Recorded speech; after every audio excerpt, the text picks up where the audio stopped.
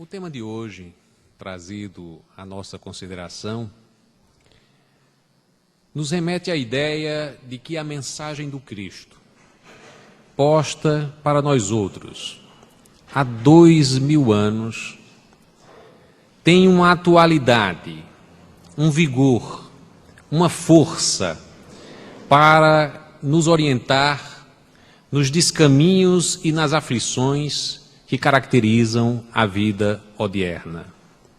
Ou assim não seria se nós pensássemos que, passados 2000 anos e as conquistas evidenciadas pela ciência, a conquista humana do espaço físico em que habita, a capacidade de dominar as forças da natureza, pudesse conferir uma ideia de felicidade, pudesse conferir uma ideia de vida mesmo, que fosse completamente distinta daquela que se verificava há 2000 anos, de tal sorte que exigiria-se uma atualização ou, quem sabe, uma modificação dos valores que ali estavam postos há 2000 anos.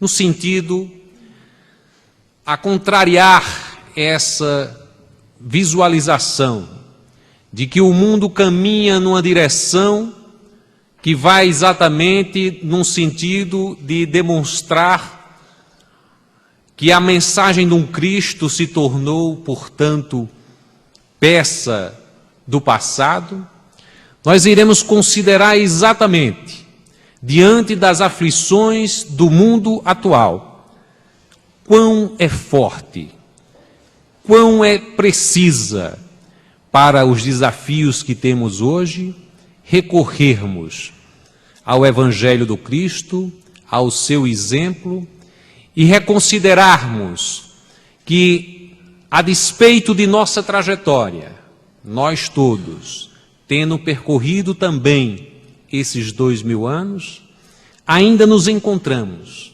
necessitados, sedentos dos valores que foram enunciados pelo Cristo Nazareno.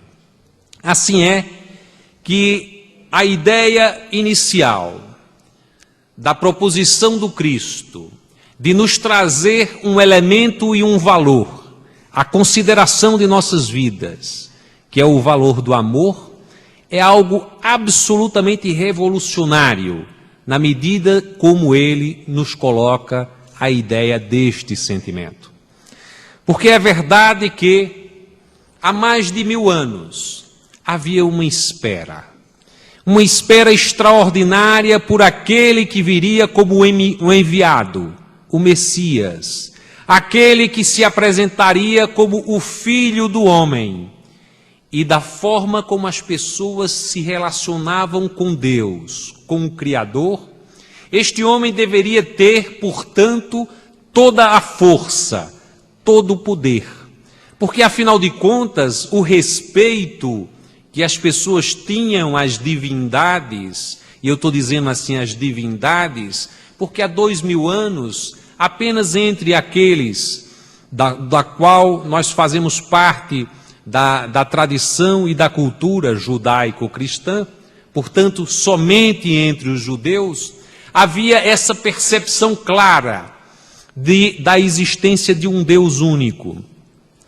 Entre outros povos, havia uma consideração sobre divindades outras, que poderiam representar aqueles elementos que, na realidade, representavam para a humanidade alguma coisa como que lhe causassem susto, admiração, medo, terror. Portanto, os deuses eram referidos a essas forças da natureza, ao trovão, ao sol, à lua, a tudo que causasse espanto. Algo que eu não conseguisse explicar era, portanto, algo de uma dimensão superior a quem eu conferia uma ideia de grandeza e de divindade. Mesmo entre os judeus, a ideia de um Deus era referida a alguém, a um ser que fosse superior em todas as dimensões a nós outros humanos, e que, portanto, era alguém poderoso, o Deus de todos os exércitos, aquele Deus justiceiro, aquele que iria justiçar o seu povo, o povo de Israel.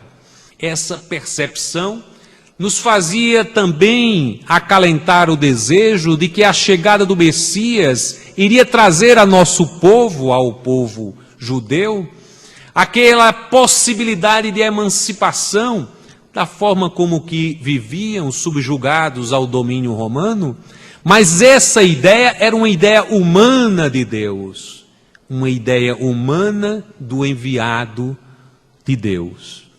Mas o Cristo que se nos apresentou foi um Cristo completamente diferente das nossas expectativas, porque ele nos apareceu nos falando de uma ideia de amor.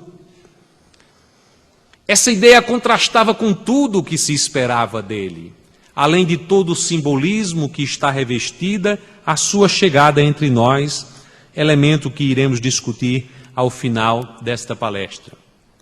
Mas, na realidade, o elemento central, que é o amor, esta lei fundamental da nossa evolução e que ele nos apresenta, é algo inteiramente distinto do que se esperava àquela época e é algo também, ainda hoje, distinto da forma como a humanidade vivencia e tem expectativas em relação ao amor.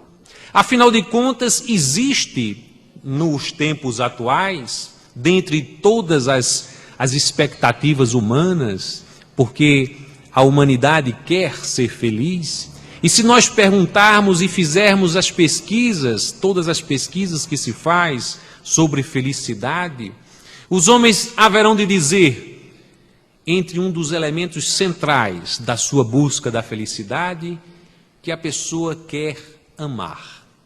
Eu quero amar alguém, ou eu quero ser amado ou amada por alguém.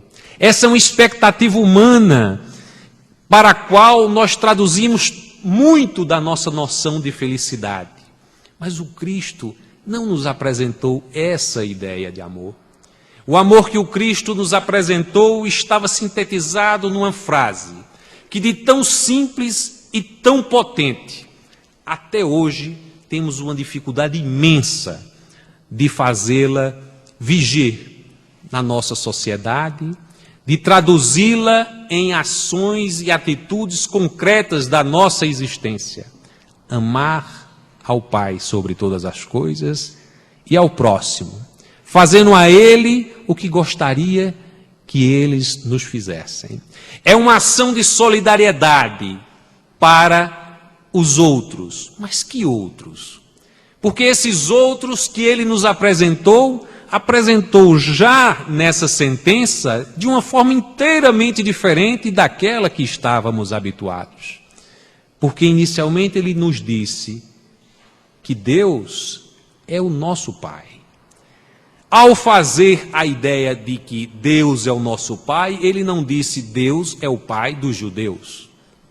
Ou Deus, na atualidade, pudéssemos pensar, é o Pai dos cristãos, ou é o Pai dos espíritas. Mas Deus é o nosso Pai, o Pai de toda a humanidade. E se somos todos filhos de Deus, somos todos irmãos. E essa noção de irmandade nos dá uma ideia completamente nova, porque nos familiariza, somos todos partes da família universal, filhos de Deus. E essa noção, portanto, do amor, ela extrapola os conceitos até então erigidos. Porque quem é que nós amamos? Nós amamos a quem está muito próximo. Nós amamos a mulher, nós amamos o marido, nós amamos os filhos, o pai, a proximidade, a família. Mas ele nos falou de uma família que ultrapassa os contornos de nossa família, que ultrapassa os contornos da nossa cidade, que ultrapassa todas as fronteiras. Nossa família é a família universal. E para nós outros espíritas que aqui estamos em assembleia, os que estão sentados e os que estão acompanhando, os que estão sentados, saberão de pensar que essa irmandade extrapola a condição de estarmos ou não encarnados. Portanto, temos uma irmandade muito maior, porque Deus é Pai de todos os que estão encarnados e desencarnados. E isso nos amplia uma ideia de amor a ser expresso nesta família, que até então era uma ideia completamente distanciada dos valores humanos. Mas será que isso ocorria efetivamente há 2000 anos e não ocorre hoje? Falávamos que uma das ideias fundamentais do homem odierno é que ele quer amar alguém e que ele quer ser amado por alguém. Mas o Cristo não nos deu essa ideia. Não é uma ideia de um amor que venha caber nos nossos interesses e nos nossos propósitos, de tal sorte que eu possa ter a sensação do amor em dirigindo a alguém, e eu possa ter a sensação do amor em que alguém dirija para mim. Mas não era essa a ideia do amor. Era uma ideia de amor que ela suplantava essa dimensão do ter alguém para amar ou ter alguém que me ame. Era uma ideia de amor que se projetava em relação ao outro, a toda a humanidade, como expressando o amor divino em relação aos irmãos, e ao mesmo tempo em que eu amo os irmãos, eu nada mais estou fazendo do que amar ao Pai. E essa visão completa que nos foi apresentada há 2000 anos era tão difícil de ser entendida, que nós estamos passando esse tempo todo entre guerras, entre contradições, buscando todas as formas de nos separarmos uns dos outros. Se não existir forma possível de separação, nós inventamos. Se não é pela cor, se não é pelo país, se não é pelo Estado, se não é por isso ou por aquilo, pelo sexo, pelo que quer que seja, nós inventamos qualquer coisa. Nós gostamos de nos agrupar em alguma situação, nós nos dizemos assim, bom, se eu não tiver nada para fazer, é porque eu sou corintiano, você é flamenguista, para nos distanciarmos. Quando toda a ideia do amor é uma ideia de unidade. O amor unifica. Quem experiencia o amor e quem vai aprofundando a ideia do amor em si, começa a compreender a ideia de unidade. De que somos uma unidade, nós só vivemos e somos felizes se somos felizes com os outros. E cada vez entendendo o outro na dimensão de irmão. E só nessa perspectiva eu tenho a compreensão efetiva do que é o amor que o Cristo quis nos trazer. Mas essa ideia do amor trazida pelo Cristo, de amar ao Pai sobre todas as coisas, e ao próximo, como você gostaria de que ele o amasse, ela nos aproxima de uma ideia mais ampla, de que o amor não é uma conquista de alguém, mas o amor é um aprendizado. E mais do que tudo, o amor, ele ganha um colorido novo, a partir do momento em que o Cristo, que se fez expressão de amor para todos nós, em todas as perspectivas, também nos fez o amor consolação. Porque apiedado de nós já tinha nos colocado há 2000 anos de que iria nos enviar o Consolador.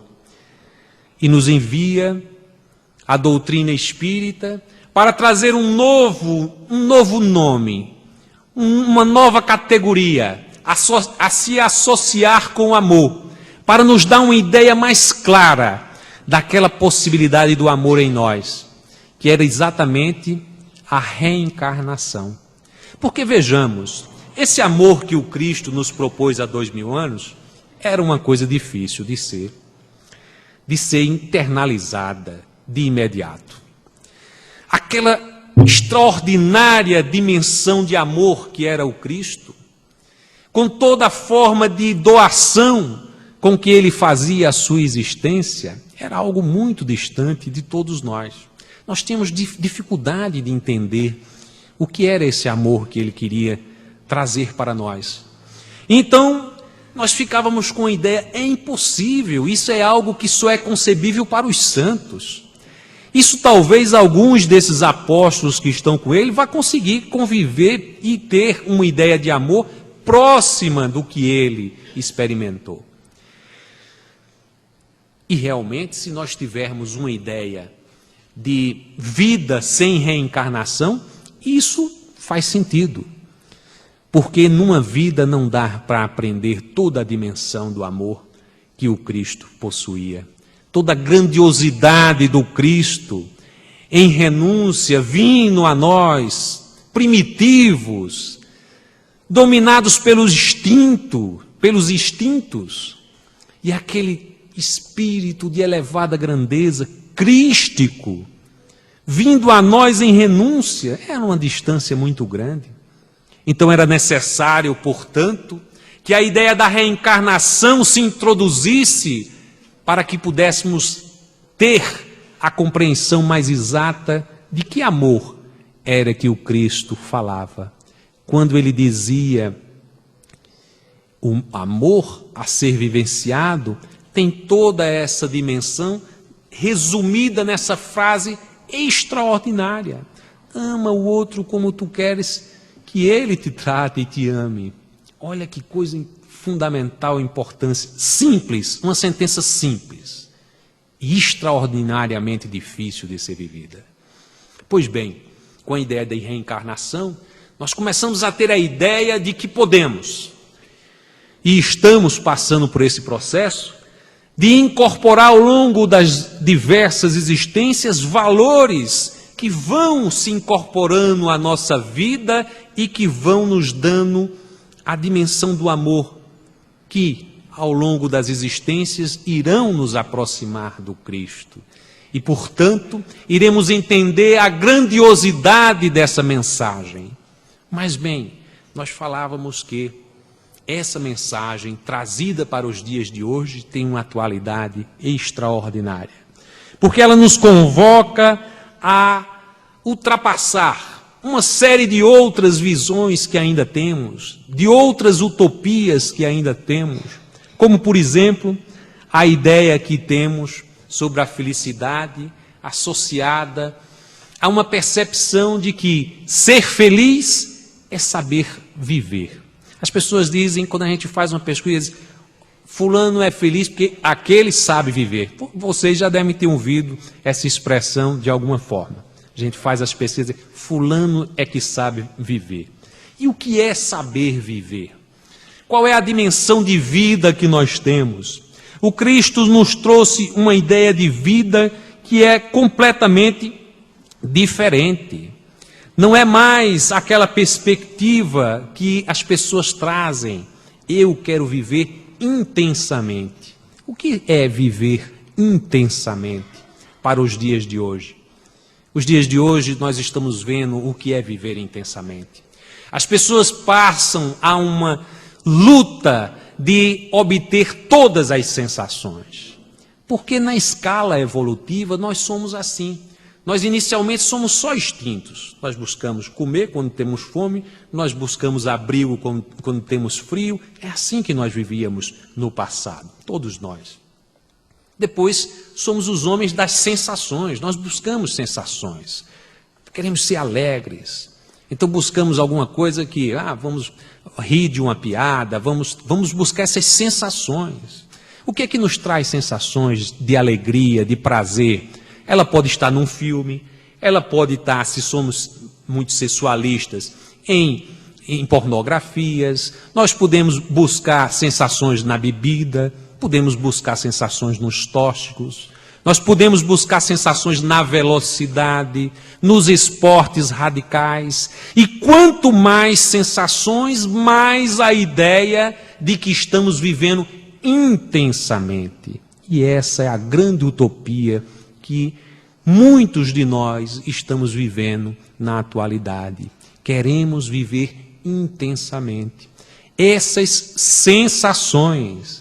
Mas o Cristo nos orientou para uma ideia de vida que se aproxima muito mais dos sentimentos do que das sensações. Sentimento é algo profundo, é algo que é uma experiência sensorial associada a uma reflexão profunda a partir do conhecimento e a partir da maturação dos elementos que estamos conhecendo, associada a uma ideia de evolução moral, de tal sorte que nós incorporamos valores que nos dão uma ideia muito mais ampla dessas sensações, de tal sorte que a felicidade não passa mais a ser associada à sensação, mas passa a ser associada ao sentimento. E o Cristo nos convidou a viver a vida, mas não qualquer vida, vida em abundância. De tal sorte que essa vida que ele nos convida a entender, ela nos traz uma ideia de integração no espírito da vida. O que é estarmos integrados no espírito da vida? É exatamente entendermos-nos como participantes de um projeto divino. Entender a nossa relação com o plano espiritual. E quando a gente faz ideia de nossa relação com o plano espiritual, parece que é nós que estamos vivos em relação aos que estão desencarnados. Nossos irmãos em assembleia certamente devem estar rindo de mim nesta hora.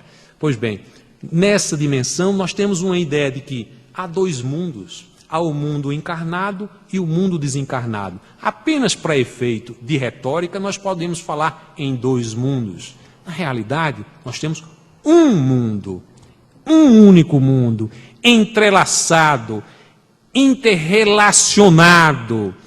E essa percepção nós só a temos quando nós conseguimos nos envolver em nós mesmos, me permitam, reflexionar sobre a nossa existência como algo mais do que a matéria, como algo mais do que somos, vemos, percebemos, temos condições de enxergar e tocar. Quando percebemos a vida numa dimensão espiritual, não é porque nós procuramos os espíritos, é porque nós começamos a perceber que somos espíritos. A busca pelo mundo espiritual não é uma busca pelo outro que já desencarnou, mas é a busca do espírito que somos nós. E quanto mais percebemos o espírito que somos nós vamos entender a ideia do Cristo sobre o que nos alimenta. Porque o que nos alimenta não vai ser mais o que alimenta unicamente o nosso corpo físico. Então a nossa procura não vai ser pelo alimento, não vai ser pelo abrigo, não vai ser pela vestimenta, pelas coisas que o Cristo nos dizia: por que te preocupas com isso? Afinal de contas, os lírios do campo, nos convidava a entender os lírios do campo. E sempre que nós, nas nossas aflições e buscas e inquietações, o procurávamos com as nossas primitivas ideias de vida e felicidade, o Cristo sempre trazia uma ideia associada à natureza. E por que fazia isso? Para que entendêssemos a importância de nos integrarmos no espírito da vida. Integrarmos-nos ao espírito da vida é integrarmos a ideia de espírito que somos e de vida espiritual, que afinal de contas é a nossa própria existência, porque somos espíritos encarnados e depois espíritos desencarnados e continuamos sendo sempre. e voltamos a encarnar e continuamos vivendo sempre. Então nossa vida é fundamentalmente espiritual e algumas vezes esse espírito está revestido na carne. Mas essa ideia de integração é uma integração por completo, é uma integração com o Pai, com o Criador, e é uma integração com a natureza, que em última instância é toda ela obra do Criador, que está, portanto, em harmonia com nós, mesmo que nós não o percebamos. O tempo todo o Cristo nos convida a olhar as estrelas, a olhar o sol, a olhar os lírios do campo, a olhar as sementes, as árvores com as suas frutas boas e aquelas que não produzem frutos. Todo o seu exemplo é para nos mostrar os ciclos da vida, para nos mostrar que as intempéries existem, assim como os momentos de clima bom, da mesma forma como também vamos vivenciar na nossa vida as aflições, as circunstâncias menos agradáveis, porque em última instância o amor que ele nos ensinou é um amor que tem que ser obtido por um aprendizado. É um conceito que vai ganhando força na medida em que vamos evoluindo. E tanto mais vamos evoluindo, quanto mais vamos nos despindo da ideia de que somos matéria e passamos a uma compreensão de que somos espíritos. Então, essa ideia extraordinária trazida pela lição do Cristo é uma ideia que supera a utopia que temos de viver a vida intensamente a partir da conquista das sensações. O Cristo nos convidou a burilar, através de uma reforma íntima, aquilo que em nós é espiritual. Porque quanto mais identificamos elementos espirituais em nossa existência, mais caminhamos no sentido de nos integrarmos no espírito da vida e, portanto, conhecermos aquilo que ele nos disse: eu vos trago vida, mas vida em abundância. Essas lições extraordinárias do Cristo nos traz uma outra perspectiva muito interessante e muito importante para os dias atuais. Até porque nunca na história da humanidade nós tivemos um processo tão acelerado de crescimento econômico, de crescimento da produtividade, de crescimento tecnológico, como temos hoje. Toda a ideia humana de buscar conquistar, pela ciência, pelo trabalho, pelo esforço, obter mais e mais riqueza, era aquela ideia associada de que riqueza trazia felicidade. Pois bem, esta utopia do poder e do ter movimenta a humanidade. Se fizermos uma pesquisa também com qualquer amostra da população, nós vamos obter entre os primeiros indicadores daquilo que as pessoas buscam na vida: eu quero o poder, eu quero ter riqueza para poder ser feliz. Mas o Cristo exatamente nos trouxe uma ideia de ligação com a riqueza e com o poder, associada à ideia do equilíbrio. Nunca o Cristo disse de que aos pobres está reservado o reino de Deus. Nunca o Cristo disse que aos ricos está negado o acesso ao reino de Deus, ou aos poderosos. Todos somos filhos de Deus. Apenas ele disse que nós devemos ter equilíbrio, de tal sorte que nós precisamos vencer a ideia, a utopia da ilusão e do apego. Quanto mais nos desvestimos, melhor dizendo, da ideia do apego e da ilusão, mais vamos lidando com equilíbrio, com o poder e com o dinheiro. Afinal de contas, aquele que tem muito dinheiro, mas que é desapegado dele, ou seja, não identifica naquele elemento a possibilidade de ter riqueza, a sua felicidade, e que encara o grande desafio de movimentar esses recursos em favor de uma construção para a sociedade, essa pessoa está cumprindo com sua missão, uma das missões mais difíceis. Embora, na nossa visão estreita, nós estejamos com uma ideia de que quem tem poder, quem tem visibilidade, quem tem riqueza é alguém feliz e, portanto, muitas vezes invejamos quem possui riqueza, invejamos quem tem poder. Esses que o têm, que têm a riqueza e que têm o poder, estão enfrentando um dos maiores desafios. E que, portanto, aquele que consegue um grau de desapego diante daquela influência e daquele chamamento que a riqueza e o poder traz, esta pessoa está cumprindo bem com a sua missão. Mas aquele outro também, que desapegado e sem condições, passa a sua vida desejoso e sequioso de obter o que o outro tem, invejando efetivamente, embora pobre, embora completamente desassistido das condições materiais, levou sua vida sem o necessário engrandecimento da sua alma, porque perdeu o tempo desejando o que o outro possuía.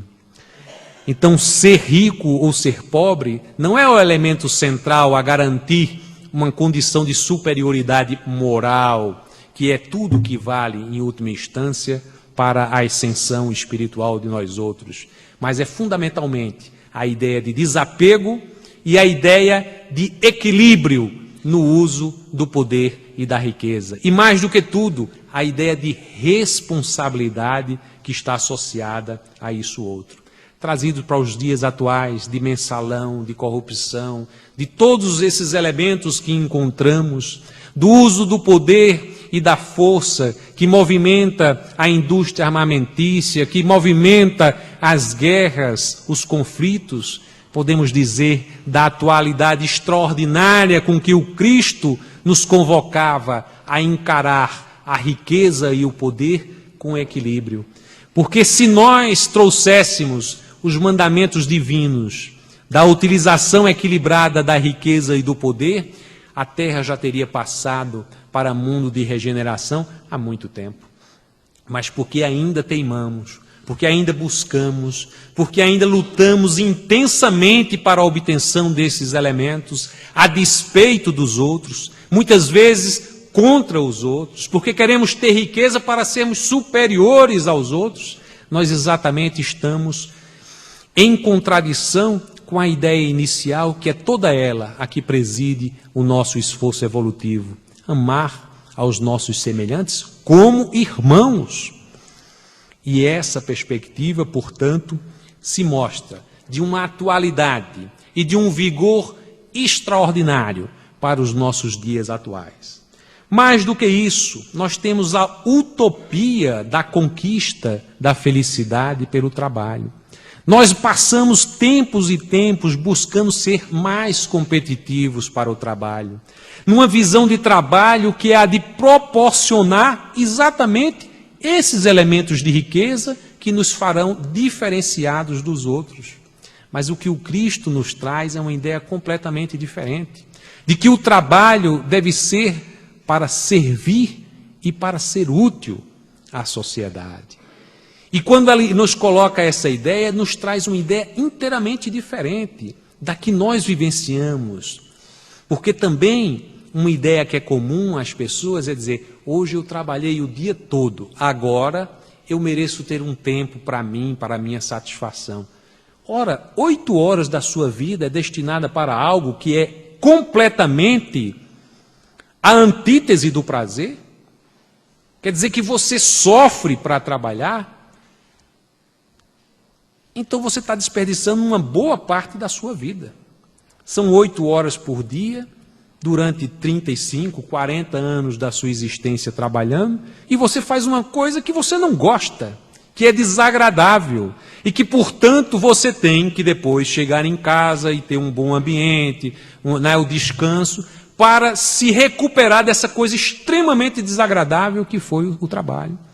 Mas você acha que faz um esforço extraordinário, se estuda, capacita, fica mais competitivo para obter aquilo que essa coisa desagradável chamada trabalho lhe permite obter. Mas o Cristo nos dá uma ideia completamente diferente. Nos convoca a ver o nosso trabalho, seja ele qual for, na dimensão do serviço, na dimensão do ser útil, na dimensão de ajudar o nosso irmão. E assim sendo, imaginemos aquele professor, e eu sou professor, que passa a sua semana toda lamentando dos alunos que tem, da carga horária, do departamento, do convívio com os professores, da escola, etc. Pensemos no médico que passa o dia reclamando dos plantões, das faltas de condição do hospital e tal, e tal, e tal. E assim por diante em todas as profissões. Poderíamos pensar de uma forma diferente. Diante do Cristo, o que o Cristo nos convidaria a refletir? Primeira história é que ele diria ao professor: onde está o teu aluno? O que fizeste do teu aluno? E você vai dizer: meus alunos? Sim, os teus alunos, mas os teus alunos que eu te emprestei. Porque os teus alunos só são teus porque eu te emprestei. Quais são as contas que tu me presta dos alunos que eu te confiei? E irá dizer para aquele médico e dirá: e os teus pacientes? Os teus, sim, os pacientes que eu te confiei. Porque tu só és médico para cumprir com a missão que eu te confiei. E assim, nossa percepção muda completamente. Nós poderemos imaginar, acordar, ir para o trabalho, olhar para o aluno em primeiro lugar, a despeito das condições da universidade, a despeito do salário, a despeito... Eu tenho 40 alunos que o Cristo colocou nas minhas mãos para que eu tomasse conta. Eu tenho 20 pacientes para atender. Graças a Deus, Ele me colocou esses pacientes para eu atender. Essa é uma mudança de conceito completa que o Cristo nos dá sobre a ideia do trabalho. E aprofundando nessa perspectiva de que o trabalho é um elemento de servir, Ele nos convoca ainda mais fortemente. Para além do trabalho, daquilo que nos habituamos a realizar pelas nossas capacitações, nós temos os nossos semelhantes, com as suas exigências, suas necessidades. A toda hora temos os nossos irmãos, sejam eles nessa encarnação, se apresentando em condições de filhos, de pais, necessitados de apoio, aquele irmão necessitado, aquele primo, aquele parente, mas também os outros irmãos que se nos apresentam na jornada, necessitando por ora de algum bem material, mas a maior parte das vezes precisando de um apoio, que pode ser uma palavra amiga, um gesto amigo, muitas vezes um olhar. Madre Teresa de Calcutá teve uma oportunidade na sua vida missionária na Índia, em que ela passava pelas ruas, e ela se deparou com uma cena dantesca, porque ali estava uma mulher na rua, e aquela mulher na rua se apresentava em quase situação de desencarnação. Ela estava sendo atacada pelos ratos, moribunda. E Madre Teresa agasalha aquela mulher e a leva para um hospital. Só que naquela oportunidade, pelas regras existentes à época, os hospitais superlotados, eles tinham uma regra: só atender aqueles pacientes que tinham condições de sobreviver. E aquela mulher não pôde ser atendida.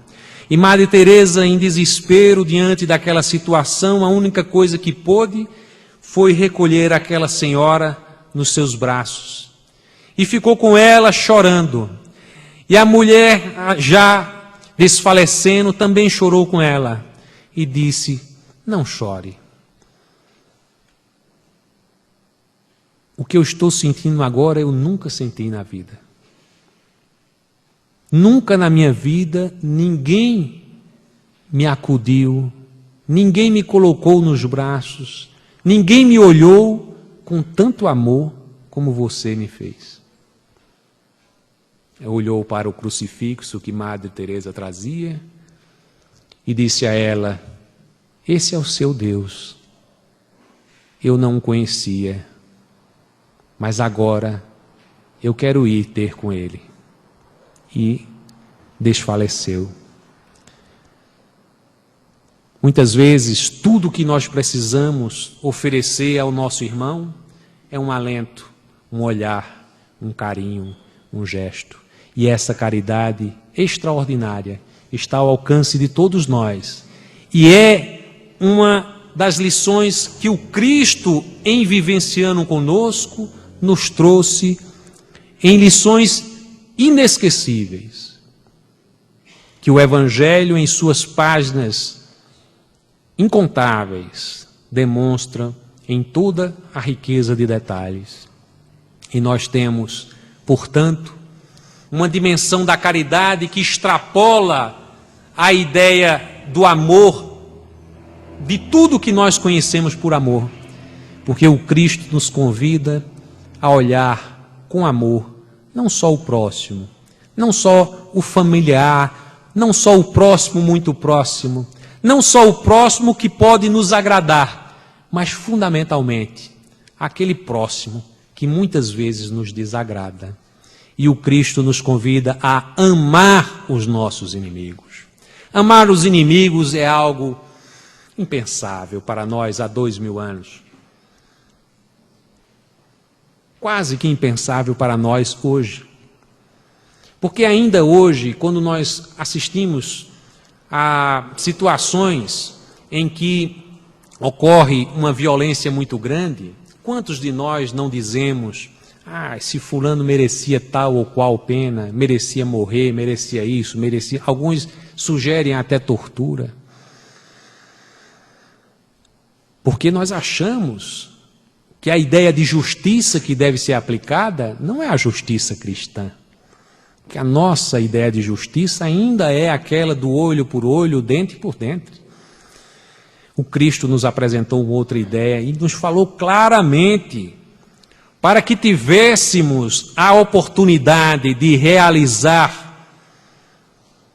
a pacificação com aquele que se apresentava como nosso adversário, que o fizéssemos imediatamente. Nós hoje compreendemos, com a visão da reencarnação, que as inimizades prosseguem. Aquela inimizade que resistiu durante uma existência não vai ficar naquela existência. Muitas vezes dizemos: aquele inimigo morreu, graças a Deus, agora eu me fiquei livre dele. Não vai ficar. Aí é que vai ficar presente na sua vida. Aí é que vai estar presente na sua vida. O Cristo nos convidou a ter uma ideia de amar os nossos inimigos, porque, querendo ou não, um dia nós vamos amá-los. Querendo ou não, é da lei que nós um dia passemos a amá-los. Porque se nós não entendermos a necessidade de amar os nossos inimigos, eles depois vêm como nossos filhos e nós vamos amá-los, de um jeito ou de outro nós vamos amá-los. E se não amá-lo como filho, ele volta de novo como um filho, até um dia que a gente aprenda a amar. E nós vamos amar os inimigos de um jeito ou de outro. Essa mensagem do Cristo tem um valor extraordinário. Nós sabíamos, os que têm um pouquinho mais de idade, tem uma juventude aqui, talvez não tenham acompanhado, uma história que aconteceu há mais de 10 anos em São Paulo, que foi uma família de descendentes japoneses, em que um filhinho do senhor Ota, era a família Ota, foi assassinado. Ele tinha sido raptado por funcionários do pai, né?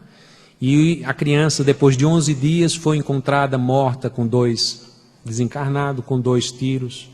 E foi um caso que chocou toda a cidade de São Paulo, chocou o país inteiro. Pois bem, essa criança, eu acho que tinha 8 anos, comoveu esse caso o país, e mais comovedor foi o gesto desse pai. Eu não me lembro mais o nome do pai, o senhor Ota. Ele, depois de um certo tempo, ele como tinha descendência oriental e acreditava na reencarnação, alguns colegas dele, olha, você tem que começar a fazer a oração do perdão, porque perdoando é que o menino vai ter paz e ele vai poder reencarnar. Na visão que eles tinham, era assim necessário fazer essas orações, e a mãe e o pai fizeram essas orações durante 4 meses. E depois de repetidas vezes, eles sentiam sinceramente que tinham tido a condição de perdoar esse assassino do filho. E aí houve uma oportunidade, sim, aí depois de 4 meses, a mãe, a senhora Ota, veio a engravidar. E ao engravidar, pouco tempo depois, eu acho que ela estava com 5 meses de gravidez, foi quando o senhor Ota foi ter com o Chico Xavier. E Chico, na audiência com ele disse, meus parabéns, o Ives, que era o menino, o Ives está voltando, né? O Ives está voltando. Aí ele foi tomado por aquela emoção com relação a isso. Ficou assim, e depois nasceu, não um menino, nasceu uma menininha, mas com todas as características daquele menino. E depois de um certo tempo, passados 3 anos do evento, o pai teve a coragem. O Fantástico noticiou, para os mais velhos certamente se lembram disso, o Fantástico noticiou que ele foi ao presídio e foi falar com o assassino do filho. E ele disse, eu tive que ir vencendo essa coisa dentro de mim, para que eu tivesse condições de falar com ele, dizer que o perdoava e apertar a sua mão, e dizer que eu tinha conhecido a sua filha, a filha que ele tinha com 5 anos de idade, e que tudo que eu desejava para ela é que ela nunca tivesse um encontro com alguém que fizesse com ela o que você fez com o meu filho, mas eu o perdoo. E aquele jovem caiu em pranto e dizendo, tudo que eu estou passando aqui eu mereço. Houve, portanto, um encontro entre esses dois, que certamente essa situação de rivalidade não irá prosperar para outra vida, porque este homem teve a condição de entender a mensagem do Cristo. Amar os teus inimigos não é necessariamente sentir o amor que nós sentimos por alguém com quem temos afinidade plena, mas é fundamentalmente trazer para dentro de nós a dimensão de que aquele que comete tal atitude é um irmão, ainda atrasado na existência, ainda na infância moral, ainda necessitado de todo o processo educativo de um mundo de provas e de provas e expiações.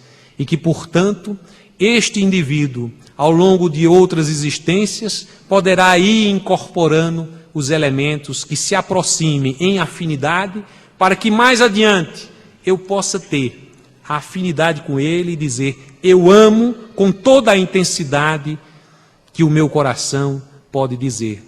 Mas hoje o meu amor vai se expressar numa outra dimensão, na dimensão do entendimento, na dimensão da percepção do que condicionou o outro a realizar aquele ato, porque provavelmente essas desavenças já vinham de uma outra existência, e quem sabe essa raiva que esse homem trazia era tão grande de mim por algo que eu fiz lá atrás.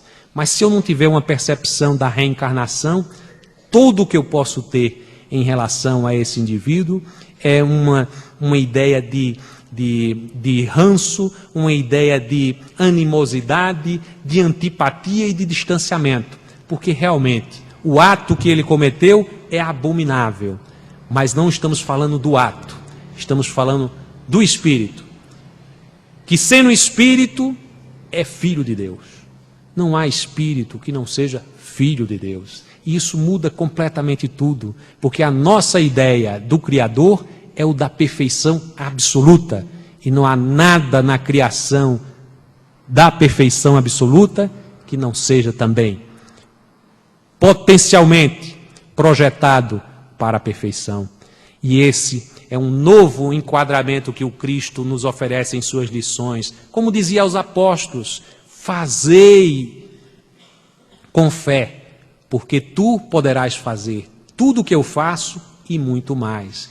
Não disse ao apóstolo, porque só ao apóstolo caberia, disse a todos nós: caminhemos, amemos, aprendamos a amar, porque um dia iremos realizar tudo isso e muito mais. Essa lição do Cristo traduz-se, por fim, naquela última lição que eu gostaria de trazer. Não a última lição do Cristo, porque não existe última lição do Cristo. A última que eu vou trazer para a consideração hoje é a da humildade absoluta.